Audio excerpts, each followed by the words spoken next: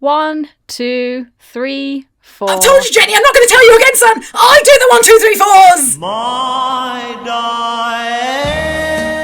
Hello and welcome to Long Live Hooky Street, the podcast where we rewatch and discuss every episode of Britain's most beloved TV comedy, Only Fools and Horses. I'm Jenny and I'm joined from Hong Kong by my co-host and sister Heather. Say hello, dude. Hello. Today we are discussing Series 4, Episode 4. It's Only Rock and Roll. So grab a glass of Courvoisier and let's get started. So this episode aired on the BBC at 8 p.m. on Thursday, March 14th, 1985, just 3 days before St. Patrick's Day in reality. Still following Top of the Pops, which was also very relevant for this particular episode, viewing figures were up very slightly this week at 13.6 million. So a new number one song this week, You Spin Me Right Round, Baby, Right Round Like a Record by Dead or Alive, and The Prodigal, starring John Hammond, was still the number one movie at the UK box office this week. So dude, you have some trivia for us this week? Yep, here we go. So it shouldn't be a surprise to anyone to learn that John Sullivan once had aspirations to be in a band, considering he wrote and sang the theme songs. He attended auditions when he was younger. Mostly they went very wrong, but he also always kept that idea in his head of a shambolic young band in his mind as an idea for a script. So Sullivan wrote the part of Mental Mickey directly for actor Daniel Peacock. He had seen him performing in other things and he knew he would be perfect for the character. We'll do a little more on the other band members later in the episode, but many will know this episode also features actor David Thewlis in what appears to be his very first acting gig. He is now an award-winning actor and Emmy nominee, especially well known for playing Remus Lupin in the Harry Potter movies, as well as his newest TV show, Sherlock and Daughter. The band rehearsal space was also St. Nicholas Church Hall in Cheswick, the same actual space used for the rehearsals of Only Fools and Horses and the town hall meetings back in Homesick, where Rodney became chairman of the Tenants Association. This episode was the first to feature Buster Merrifield in the live studio setting, so we have some stories in the episode breakdown of his memories filming his very first episode. His first scene was, "The wind is blowing, the snow is snowing, and I know." The final leaving ends off. We love that quote. You'll probably find out later. The final scene shows a bunch of Wallies performing on Top of the Pops, and this was actually a recording of the real performance they did on Top of the Pops in front of a live studio audience. Sullivan wrote Boys Will Be Boys for this episode, and the arrangement was done by Steve Jeffries. He remembers that the kids on Top of the Pops actually really loved the song and the performance. But nothing ever came of it. Such a shame. Shall we move on to our episode rankings for this week, dude? Yep, let's do that. So as our regular listeners will know by now, each week we reveal and compare our rankings for the episode, and prior to recording the entire podcast, we independently ranked all 64 episodes. So if you didn't already know that, then you're not yet one of our regular punters, and we would love for you to subscribe to the podcast and comment on the podcast. That would also be greatly appreciated. So we release a new episode every Saturday. So, dude, what did you rank It's Only Rock and Roll out of 64? So my ranking for this episode is 46. Oh, wow. Okay. We're very different again this week. Yeah. It's actually more fun when we're really different. I was worried at the beginning that we were going to have the same rankings for everything, but yeah. Yeah, no, this is very different again this week. So why 46? It's quite low. Yeah, I think the reason that I rank this one low is because I love the addition of characters in this episode and the music side of it, but I don't like the fact that Rodney's dream gets crushed again by Del's behaviour. Rodney could have been a superstar after this episode if it hadn't been for Del's behaviour. And it gets brushed off quickly at the end about how Del, he knows he messed up, because you can see he actually feels bad at the end of this one. But it kind of gets brushed off, but Rodney could have got famous and had a entire different life if Del hadn't done what he did, just to make a few bucks again. Yeah, but they could have had a smash hit on their hands, but they might not have got another one for the rest of their lives. Yeah, that's true, but they might have. Yeah, we never hear any more of what happens to this band, but it's not just that they had a dream of being famous. Rodney's got his friends and he's doing something fun together, and he's got a skill and a talent, so... Yes, and many will say that in the long run, Del always deliberately sabotaged Rodney's dreams because he didn't want him to go off and leave him. But I don't like it because I feel sad for Rodney again. So, I mean, I love the episode. I just don't like that aspect of the story quite as much. So what about you? What's your ranking for this one? My ranking for this one is 29. Ooh, that's high. Yeah, it's pretty high. I think maybe because I like this episode a lot because I am a songwriter, so maybe there's an element of that to it. And yeah, I do love the song Boys Will Be Boys, and I asked this later in the episode, but if anybody has any idea where I can get a copy of that song, the full version of it, I would love to have it because, yeah, I've never been able to find it. I did look in all the places that I can think of looking, but I can't believe they didn't record it. Well, yeah, somebody on Reddit said they tried to get it. They messaged the BBC and everything, and no one ever responded. Yeah, exactly. I mean, it's as you said, it's a good song, and it would be nice to have a copy of it because, yeah, obviously the clearest copy we have is when they're rehearsing in the town hall and a little bit in the background on Top of the Pops, which it sounds very different, obviously, once it's been produced for Top of the Pops, which I'll talk about again later. But yeah, this episode for me, I do enjoy that we see Rodney doing something different. Mm-hmm. I think it's a bit of a prelude to a royal flush, but I don't think Del is anywhere near as harsh in this episode because I think most people would think like Del in this episode. Most people would say, oh, you want to be a musician? You want to get famous from that? Especially because they don't even have instruments. I mean, Rodney's situation is really dire, to be fair. Most aspiring bands or musicians actually have real instruments. I mean, they've got a couple of guitars, but not having even a drum kit for Rodney to play on, it's not a good sign. So I can understand Del's skepticism on that. I mean, I something that, just to share a personal thing, my dad said to me, because I wanted to be an actress, I trained to be an actress, and my dad was very insistent that I get a qualification, a degree, because he said, it's very difficult to become an actress and live off that, and you need to have a qualification to fall back on. And I'm so glad he gave me that advice, because even though I absolutely believed when I left university that I was going to become a famous actor, I think everyone thinks it, I ended up becoming a drama teacher. And I think that if I hadn't had that degree, I wouldn't have been able to come to Hong Kong and do this. So yeah, I think it is important to have a backup, I guess I would say. Not to give up on your dreams, not like Del says, but to have a backup is important in case things don't work out. I mean, a fair play to people that go out there and really live without a safety net and just go for it and they don't care about stability or anything like that. I can't personally do that. So... But yeah, I think it's nice that people that can. Yeah, I mean, I think it's going to depend completely on the field. But yeah, you've got somebody like John Sullivan who, you know, his character of Del echoes his own, like, he who dares wins attitude in life. John Sullivan wanted to do what he did, and he kept pushing and did it and did it and did it until he got his dream. Most people don't get success like that. It's true. But, you know, you see this storyline kind of echoes that. You know, he started off with what you might not believe is a path to success, and yeah, they do end up getting it. I just feel sad that Rodney gets left behind, that's all. But yeah, you could say, I don't think it falls quite often into people's lists of, you know, Del was just as bad in this episode as Royal Flush for most people, but it probably should, because this is one where I really feel Rodney's very sad. Some of the stuff he says in the garage is very sad, and you can see the audience, like, responds. They don't laugh as much to the situation. So yeah, we'll get to that later. Yeah, that's what I said. I think it's a similar situation to a Royal Flush, but I don't think this is anywhere near as harsh as a Royal Flush. And again, Del's cynicism about becoming famous off being in a band is I think a cynicism that a lot of people would have naturally. So yeah, I think I'm not too harsh on Del in this episode for that. But he is mean the way that he uses Rodney for his own gain.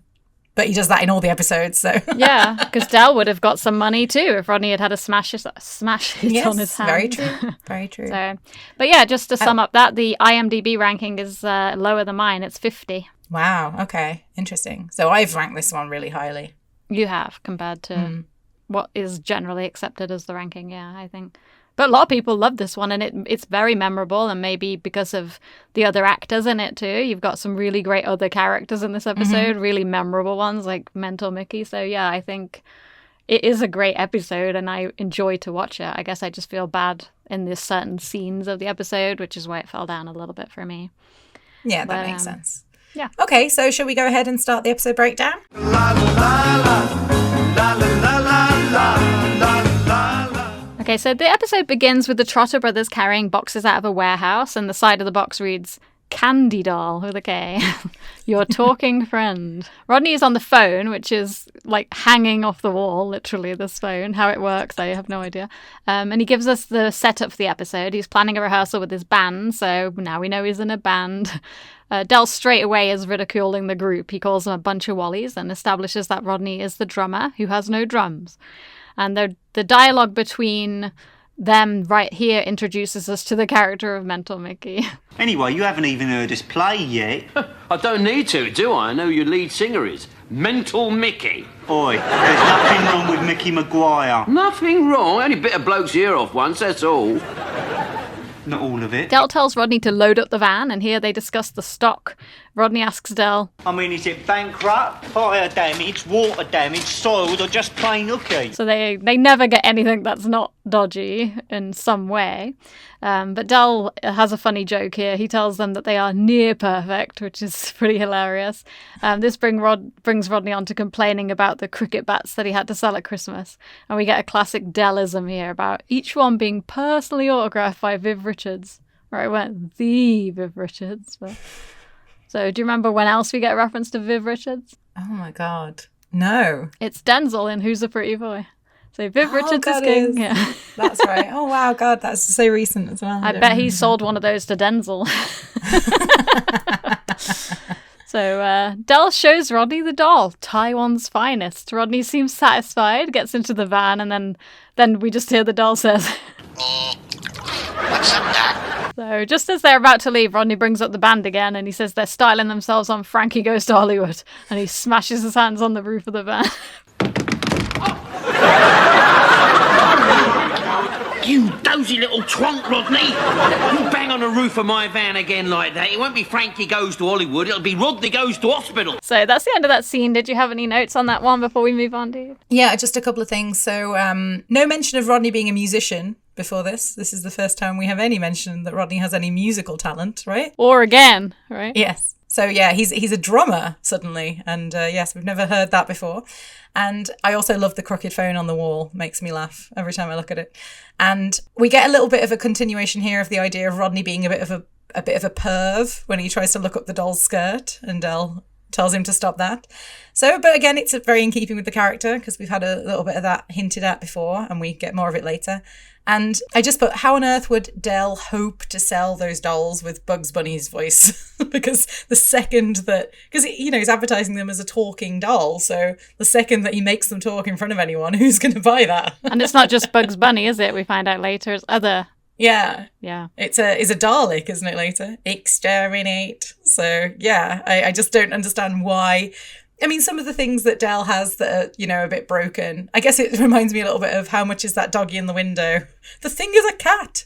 So Del seems to buy things with the wrong voices in them all the time. Also, the dolls that they mention in Danger UXD, the ones with where you lay it back and it looked exactly as if it was asleep. Yeah, we had to keep it that way, didn't we?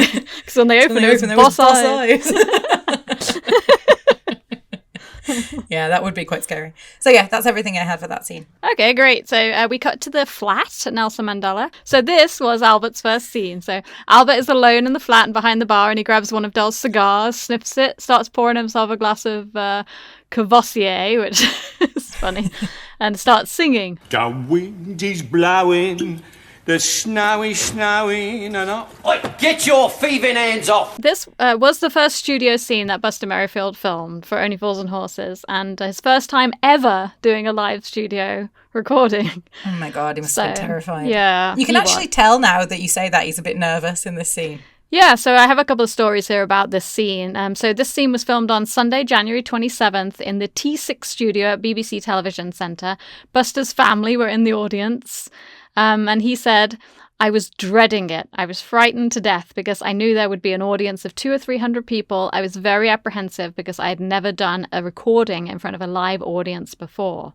Yeah. I was so keen not to get it wrong. I remember I made my entrance at a particular point and I forgot my lines. I felt terrible. I usually never forget my lines, and compared to some of my theatre parts, I had very little to say. We did it a couple of times. I got it right, but I still went back to my dressing room thinking, you fool, you've blown it.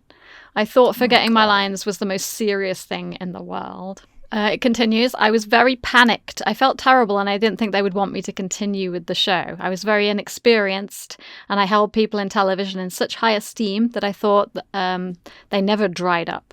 I was very intimidated by all of it, the cameras moving about, but I had to go back and do my next scene and I must have looked ashen. I was terribly nervous and I was probably shaking a little bit and I think they noticed how worried I was. I said my line and got it right, and then David Jason replied and got his words wrong. He forgot his lines and he kept repeating, "What's the line? What's the line?" And the audience were laughing and he said, "What are you lot laughing at? You didn't pay to come in. You're getting this for nothing, ain't you? What do you expect?" So Buster felt so much relief at this, and it wasn't until later that he realized David Jason did this deliberately to help put him at ease.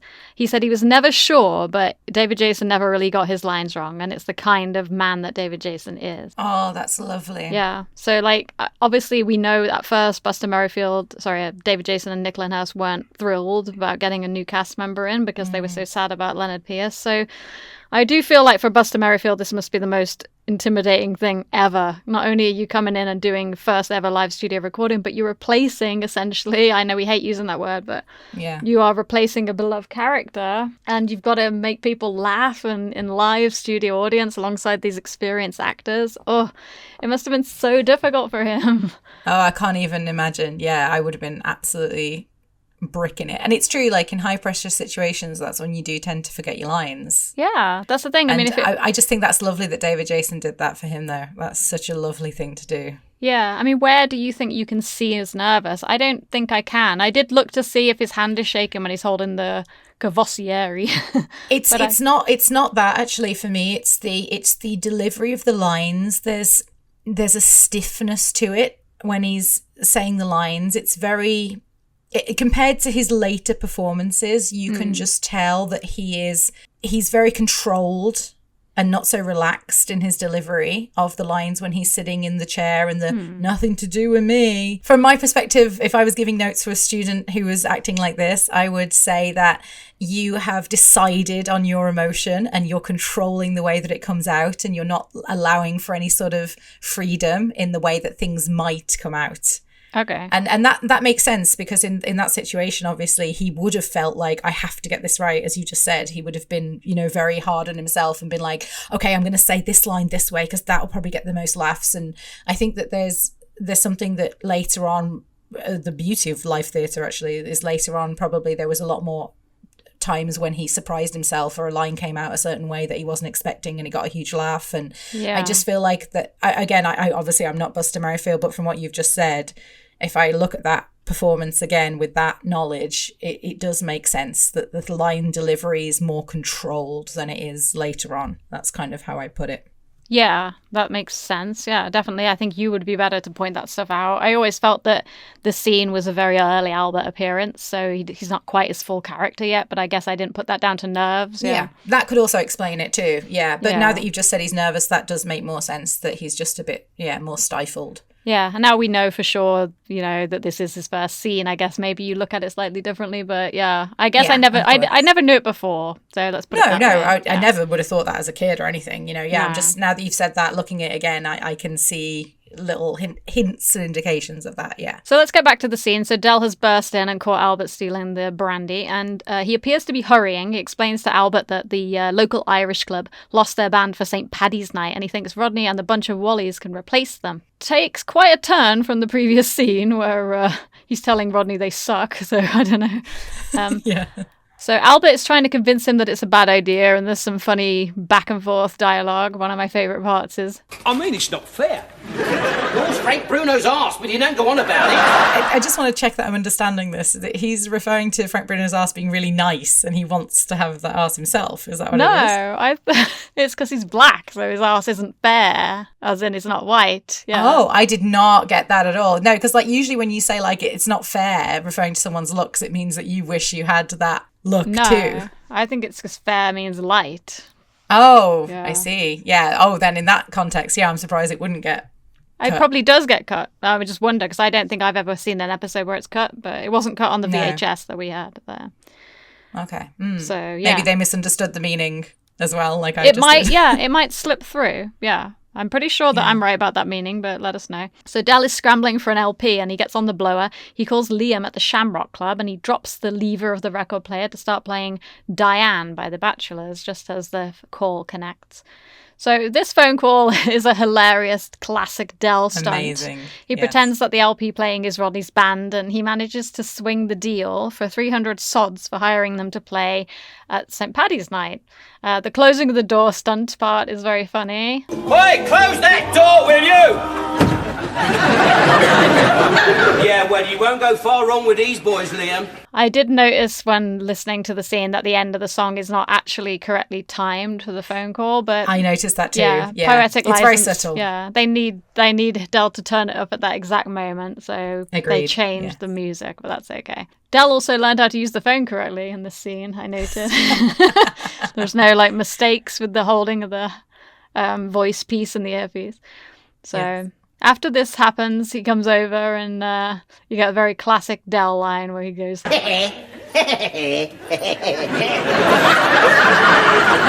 family used to tell stories about you and your business activities.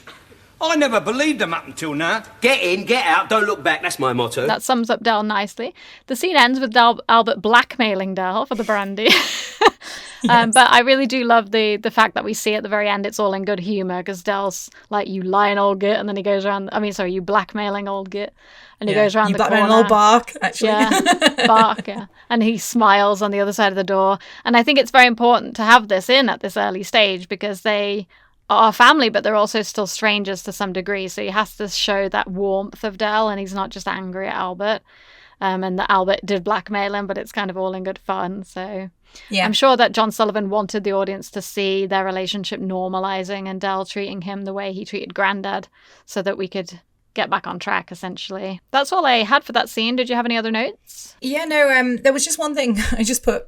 Why does anyone do business with Del? Because obviously that band is not going to be able to play like The Bachelors. So Liam, the guy in the Shamrock Club that we never meet, is going to know straight away that Del has conned him. And Del has obviously got a reputation for conning people. So why on earth, at this point, anyone who knows Del well, and obviously Liam does, because he's on terms with him that he can just call him up and be like, hey, Liam, how's it going, buddy? You want a band? Why does anyone do business with Del? That's just what I asked here because, he must have a reputation for fucking it up every single time. In this case, he's the last minute lost his band, so maybe, I don't know. True, but even so, why would you trust Del to do a good job in replacing things last minute? And I agree with you about Albert's character here, the establishment. I think it kind of harks back to what I said last week about Hole in One at the end, that Del seems to have this appreciation for Albert and his scheming because he's similar. I think Rodney isn't like that, but Del is. So when Albert blackmails him or Albert says something, at the end, or he's pushing him in the wheelchair, I think Del does actually go like, oh yeah, I do the same. So I understand you. There's that understanding between Del and Albert. And I think, that's what the smirk is at the end when he leaves. Yeah, it's very good. Yeah. It reassures the audience that they are a family and they love each other. Okay, and if you've got nothing else, then we're going to cut to the rehearsal at the town hall. So the scene opens on the band and they're playing on the stage. We see the band members for the first time. So we've got Daniel Peacock here as Mental Mickey. And as we mentioned in the trivia, this part was written for him and you can kind of tell. Yes. Daniel Peacock is very active in the Only Fools and Horses fan arena, I guess you could say. He does convention appearances, signings. He does a lot of podcast interviews. So I noticed he was also in Just Good Friends, John Sullivan's other sitcom. That sleeveless donkey jacket that he's wearing was actually a costume previously worn by George Sweeney in Citizen Smith when he played the character Speed. So they kept that costume around. And that's a bit of a callback for anybody who's seen Citizen Smith. As we mentioned earlier, we also have David Thewlis here playing Stu. And we've got Marcus Francis playing Charlie. Francis doesn't seem to have any other acting credits listed after the show, so that's which one is Stu and which one's Charlie on the side? So looking at the stage, which one's on the left and which one's David on the right? Thewlis is on the left of the stage. Oh, okay, he's the one that says not that rich, just a little bit rich. Yeah. Yeah, so he's like a major, like award-winning actor now, and then Marcus Right. Francis didn't seem to do anything else. So it's such a Aw. contrast. Yeah, it really is funny, isn't it, how life goes? I mean, you don't know what they wanted and You whether never they know. had. But then with David Thewlis also, this was his first acting credit, which is just crazy because he's in so much stuff. And I gotta say, I didn't recognize him without being told that he was in the episode. He doesn't really look that similar. You can tell when you look at him. But he's not immediately recognizable because there's no close-ups of him really, just a couple little close-ups, but not much. And he's not a main character, so... Well, no, I was going to say, if anything, he really reminds me of Mickey Pierce in this episode. Like the accent, the way his body language is and everything. You could have like taken him out and put Mickey Pierce in instead and had him in the band, and it would have been... I guess the reason they didn't is because they'd have had two Mickeys. And That's another why. thing I thought. I was like, it is kind of unusual to name two people the same, but I guess he's mental Mickey, so... And that goes so well. Yeah, it works for the character. So the group are playing on the stage together. It's absolutely hilarious that Rodney has no drums. It says in the script that he's playing a couple of packing cases. Mickey is described in the script as a rather wild and dangerous looking character, full of frustration and aggression. It states that he is doing a trance-like dance with his fists firmly clenched. So I think Daniel Peacock nailed that. Really. And as they His start legs, I really notice. In that part. just the movements in general are very good, very robotic, Yeah. but also trance-like is a good way to describe it. As they start performing, Del comes in, which angers the band. Del interrupts them, and we see that they know him straight away, but Del doesn't appear to be afraid of Mickey at all, which is interesting. He winds him up a little bit. He asks them to start playing again, but as soon as they do, Del cuts in. 1, 2, 3, 4! Hold on. Where did you learn to count? I ain't never been to Renton. Who started them rumours about me being in Rampton? Right, Mick, take it easy. Well, I ain't never been to Rampton! So I noticed here that I'd never fully heard Del say Rampton at the end of that line. I don't Yeah, know if it's you know, very it's always subtle because drined it's out. covered up by the laughter, isn't it? Yeah. Yeah, so Rampton is just another high-security psychiatric hospital. Yes, So, I yeah. asked what it was, and I assumed it was a prison based on what he said. It's 'Cause a he said he'd been to hospital. Broadmoor. Yeah, it's like a security hospital, like an escaped patient. I knew you were going to say that. I knew you were going to hark back to Friday the 14th then. So yeah, but The Mental Mickey Institute. had been in Broadmoor a couple of times. So yeah, there's more references to Broadmoor. Remember when in Danger UXD? No, they'll chuck us in Broadmoor. Oh, yeah, there is. There are lots of psychiatric hospitals mentioned in Only Fools and Horses. Rodney keeps messing up with the start of the song, and this is probably the line that everyone remembers Mental Mickey for. So Rodney keeps on starting, and Mickey's like, 1, 2, 3. I told you once, Rodney, I'm not going to tell you again, son. I do the 1, 2, 3, 4. Right. Once the band gets properly into the song, Del starts his sales spiel that he does. He starts over-complimenting them, acting them like that he's in awe of their talent. He starts to try to convince them that despite their talent, they're going to flop. Firstly, because of how they look. Mickey says, Doctor, shut it. We like looking like this. We're Marxist, Trotskyite anarchists. so I never knew what Rodney said after this, but he says, are we? That's what it says in the script. So Del quite rightly questions, why would they want to be superstars then? And Mickey says, Because we want to be rich, Marxist, Trotskyite anarchists. so here is something that Del can latch onto, and he does. He starts to convince them that they need a manager, and he is perfect for the job, of course. But he does his reverse psychology trick a little bit here, where he says, Now, hold on. Don't look at me. No, because the bloke who comes your manager, he's got to buy you all new equipment, hasn't he? And you've got to get new drums, new guitars, and new set of speakers. Oh. No, that's going to cost an arm and a leg. he walks away, and Mickey even chases after him. So this scene is a really great example of Del's ability to spin a yarn, because he doesn't even get them to, he gets them to ask him to be their manager, which is quite interesting.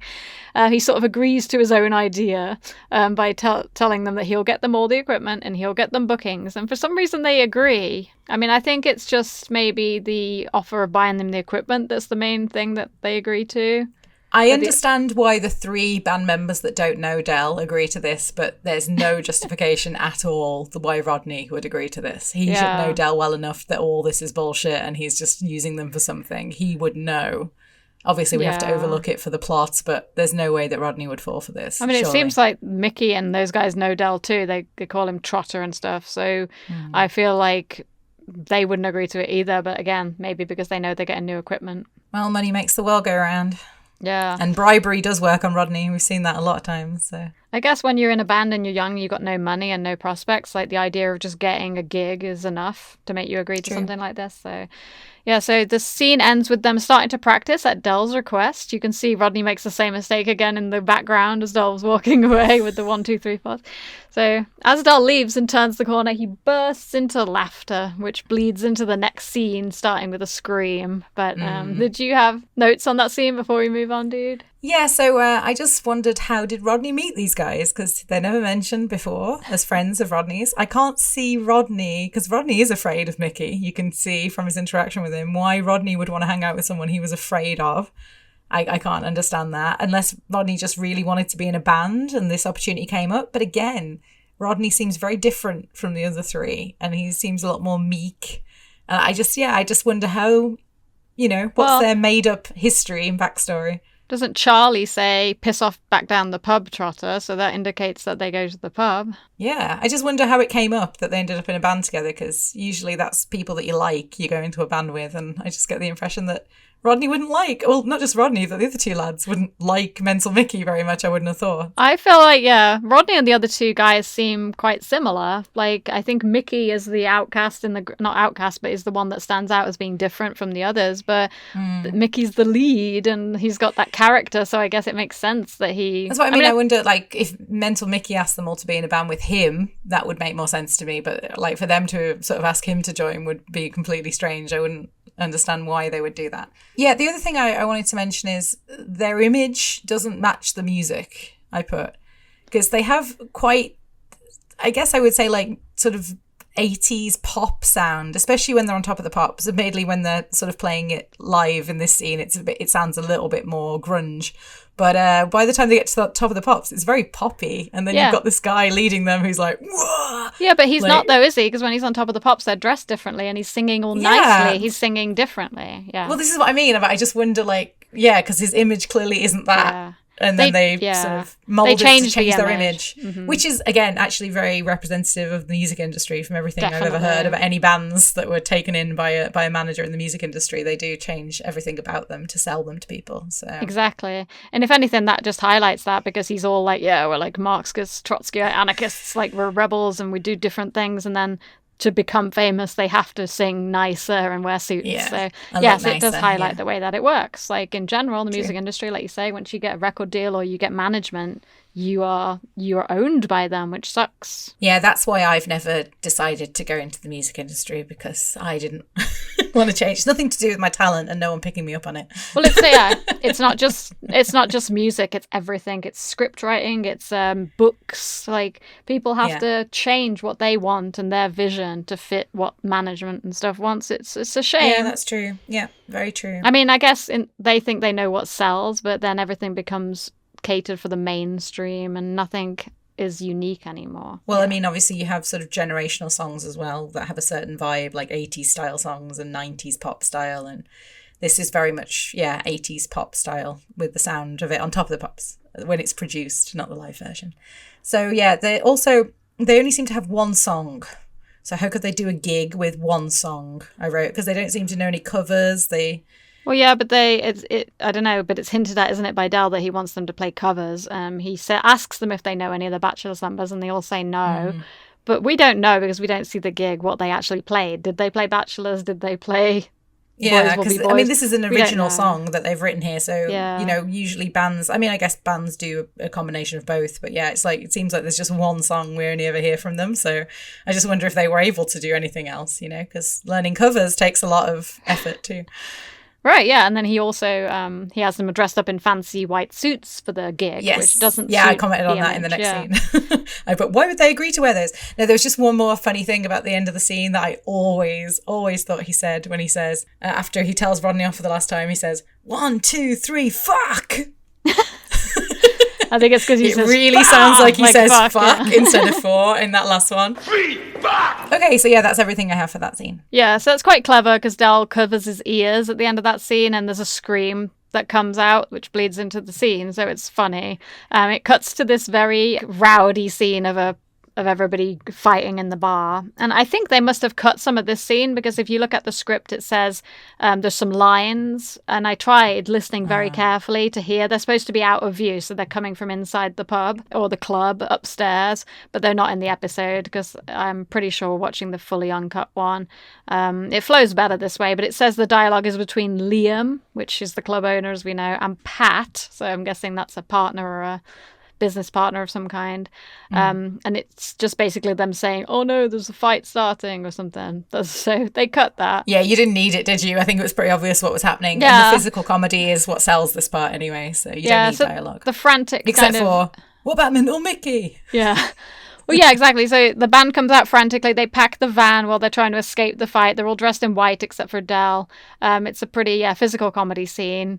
The funniest part for me is the bit where Del's holding the cymbal and it shakes in his hand. Yeah, it's very funny. They drive away really quickly with the back of the van still gaping open, and then Rodney suddenly realizes that they've left Mental Mickey behind. So they zoom back and they see that he's mid-fight, so they just drive away without him. He's happy enough.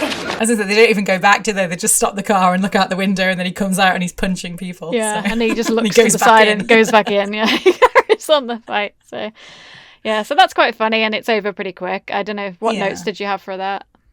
I'd just love to know how the fight started, like what they got on stage. They started playing and someone booed them and then Mental Mickey lost it. I mean, that's what I'd assume happened. But yeah, any theories from anyone in the comments on how the fight started?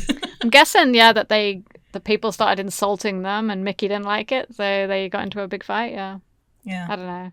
It seems insane, everyone fights like that, but you see the fights like this depicted on TV, and I've never been in a bar where it's been a fight like that, but maybe people have, so...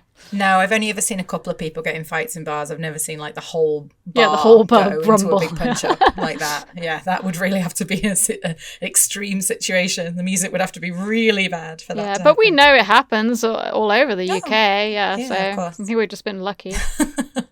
All right, cut to the garage then. So this is their garage, which I always thought looked bigger when I watched it before. I know the garage set here is a lot bigger than the garage is depicted in any other episodes, but the inside's not as big. I always sort of thought the whole thing was the garage, and now I realise that the outside part is supposed to be like the alleyway or something.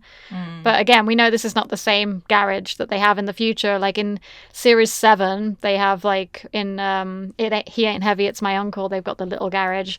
In Go West, Young Man, they've got the little garage. Which is the same as... Yeah, I was going to say, they keep the same garage in Series 1 and Series 7, and this random... I guess it's because they have a scene like in the garage and the policeman has to look around and everything. That's probably why. They needed to build a garage set. This is not an actual garage, which is used from the North Acton estate, I'm guessing, in other episodes. But yeah, so you could argue that maybe they had an extra storage garage. It's unlikely, but this one is much bigger. Yeah, so the policeman is there looking around the Trotters' garage, and it seems Rodney just went ahead and reported all the band's equipment as stolen. Without checking with Del, which seems very strange. Yeah. But also calling a policeman to the garage. Again, so Rodney.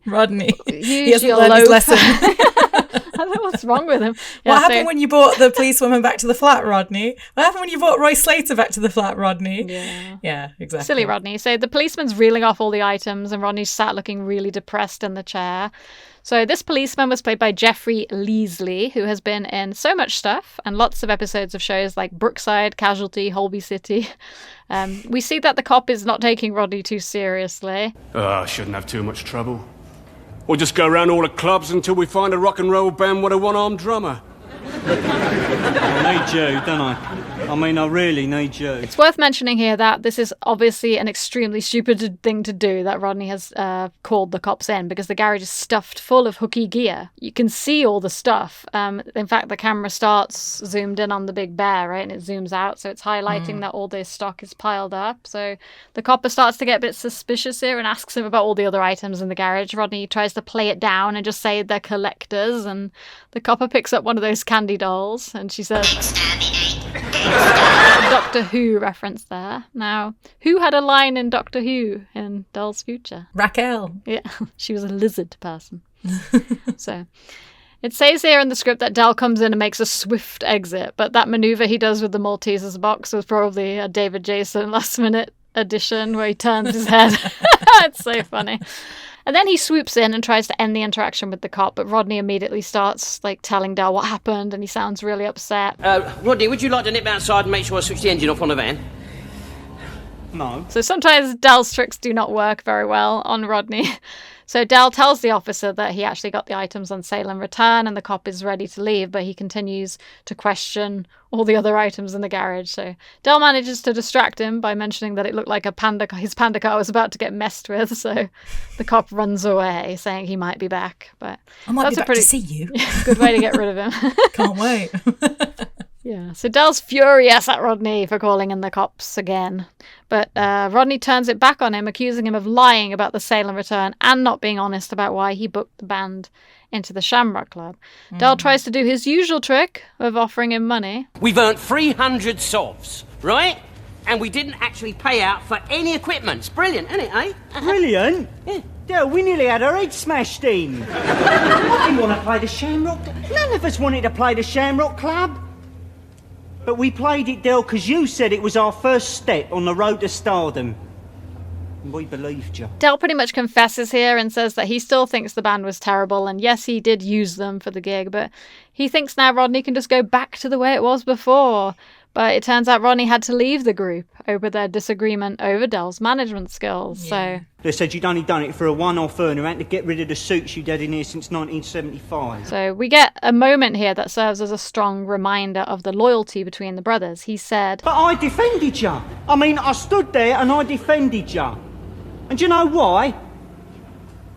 Well, it's because you're my brother and I don't like to hear people rubbishing you, that's why. So after this, Del is much sweeter with Rodney.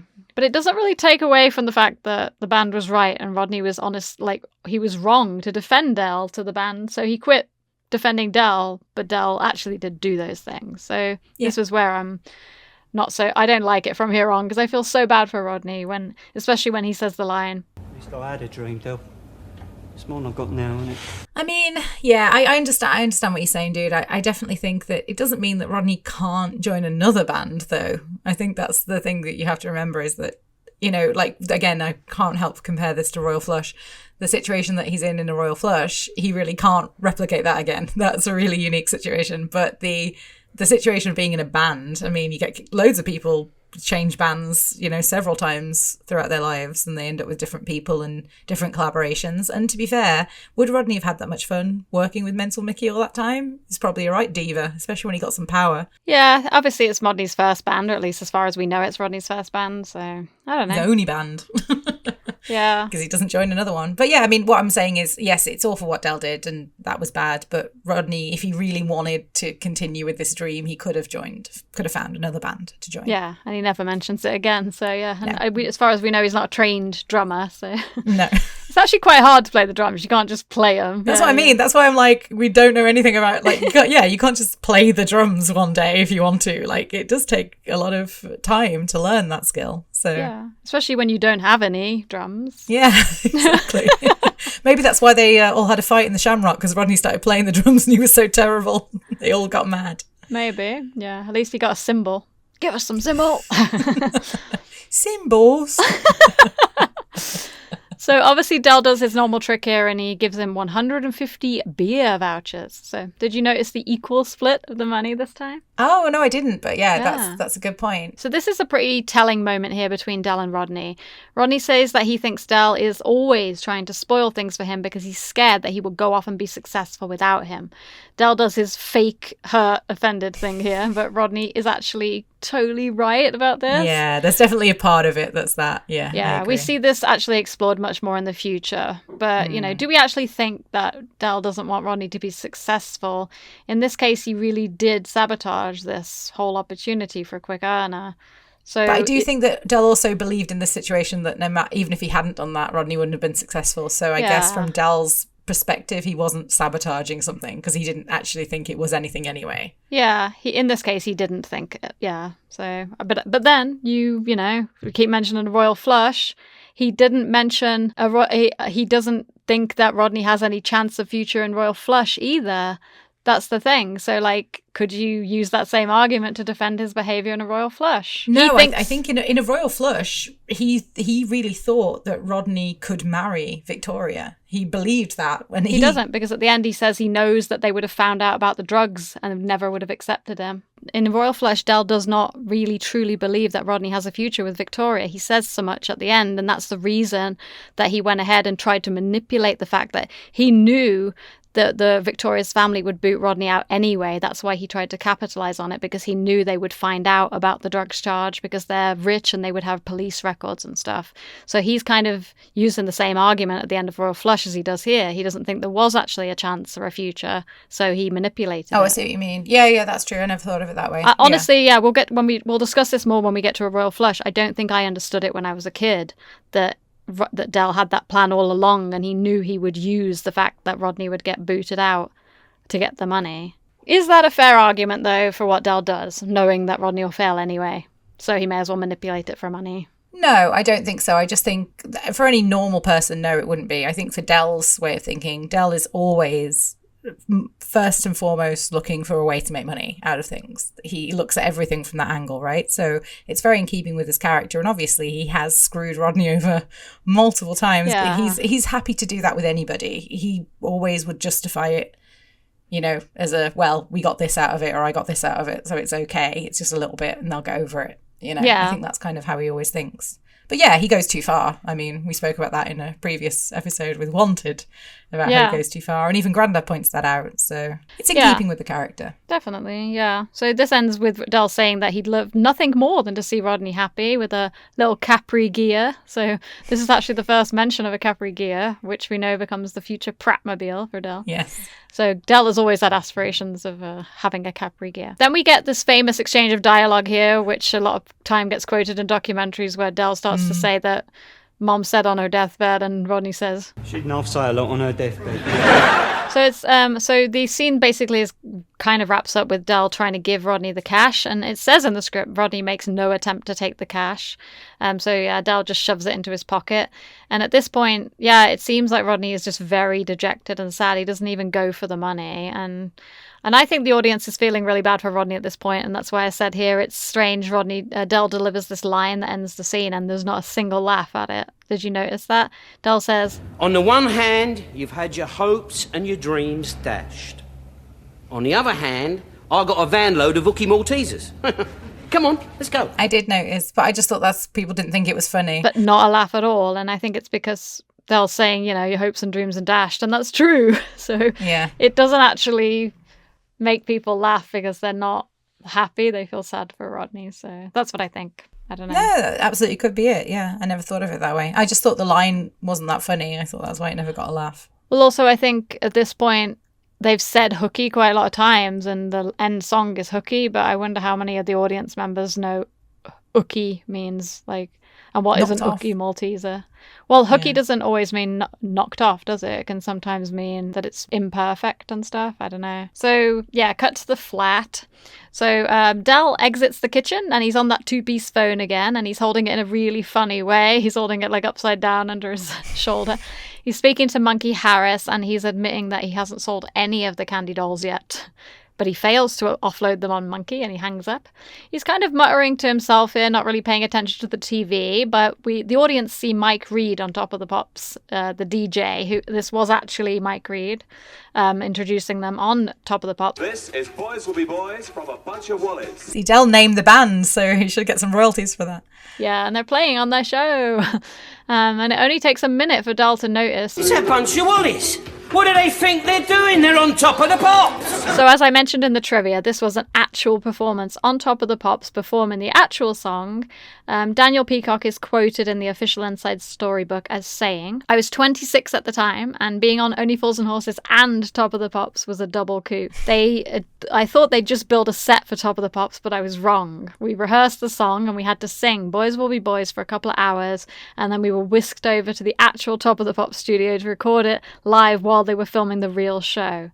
It was great. We were up there in front of all these screaming girls, and Radio 1 DJ Mike Reed introduced us. That's pretty interesting that happened, isn't it? That they actually got to perform live, because that's quite a thing, doing a live music performance. I also want to say I was curious about this because obviously at the time this was filmed, Jimmy Savile was presenting Top of the Pops until a year before this episode. Yeah. He stopped in 1984. Imagine if this had been done earlier, we'd have had Jimmy Savile in an episode of Anything Horses. They would have had to probably. cut it, wouldn't they? Probably. I don't know. I mean, I just think, just a year earlier, if they'd had this episode in Series 3, then we probably would have had Jimmy Savile appear in an episode of Only Fools and Horses. Well, I know we have lots of Jimmy Savile references in Only Fools and Horses, but to actually have him in an episode would have been horrible.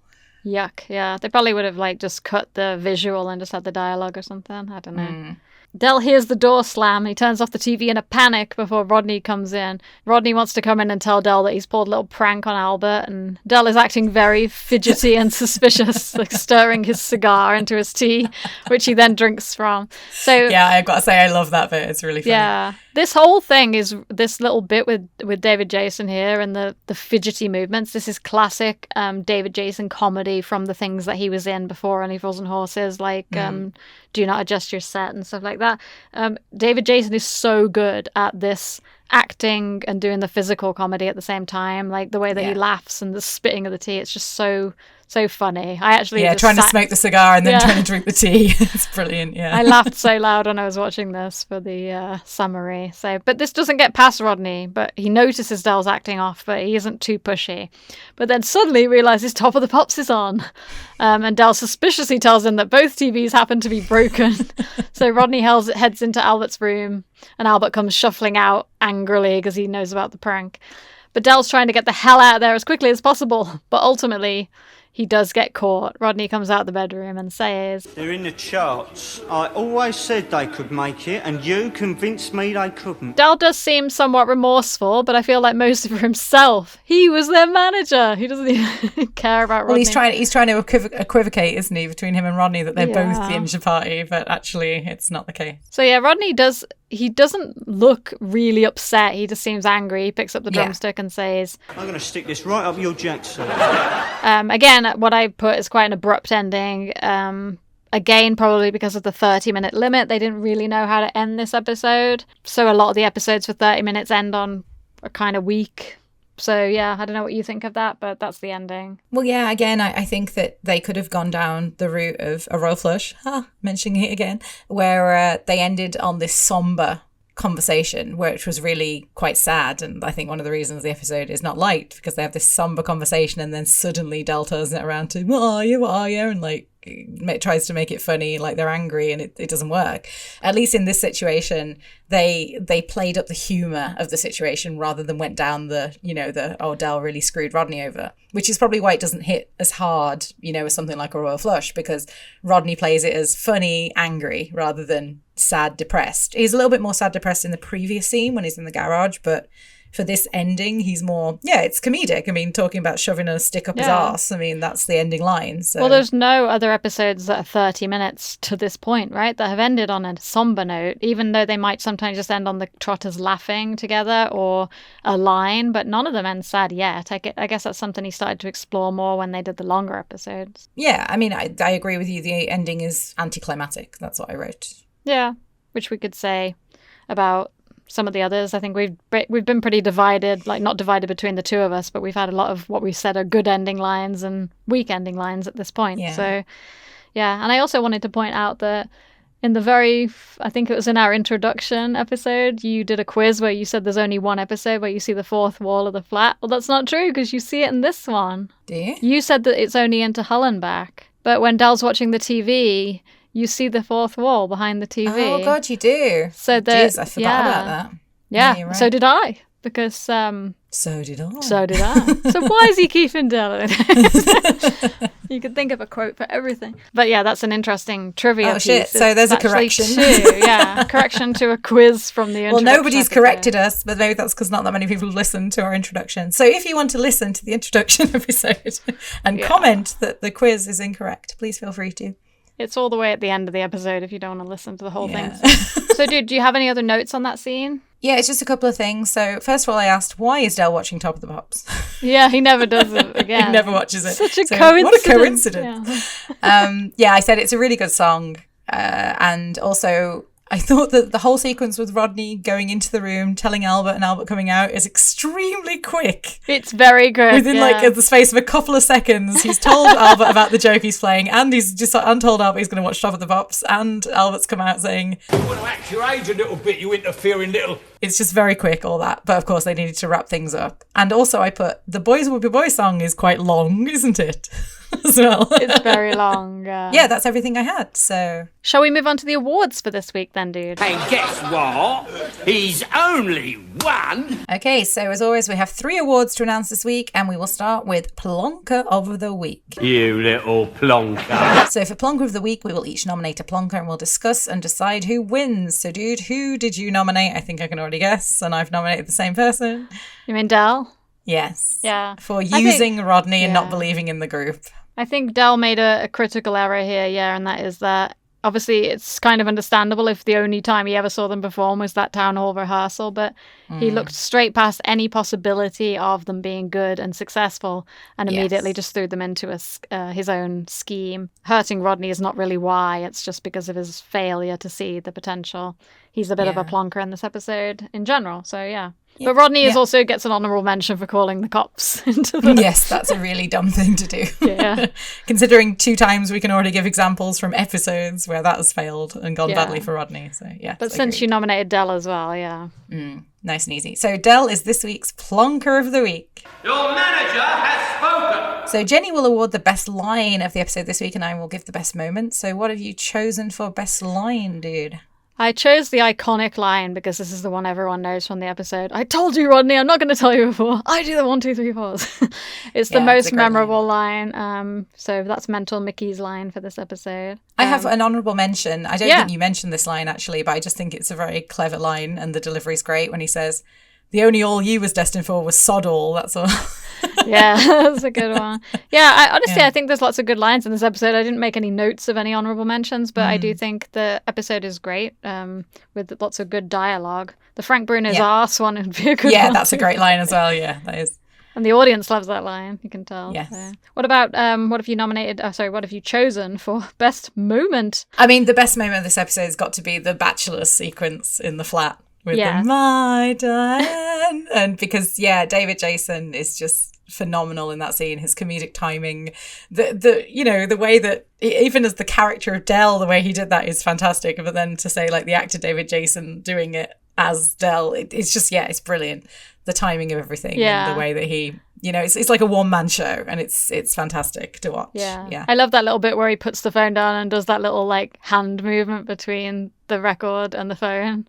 It's hard to describe on the podcast. When he sort of goes between the two, like ping-ponging between the two to show that they're listening and leaving enough time. Yeah. Close that door, will you? Yeah, it's brilliant. Yeah, so it's really well done. Good. I agree. Yeah, that's a great moment of the episode. Okay, cool. So drink up, we're leaving. Okay, so that about wraps it up for this week. Join us next week when we'll be discussing Series 4, Episode 5, Sleeping Dogs Lie. Until then... My Diane!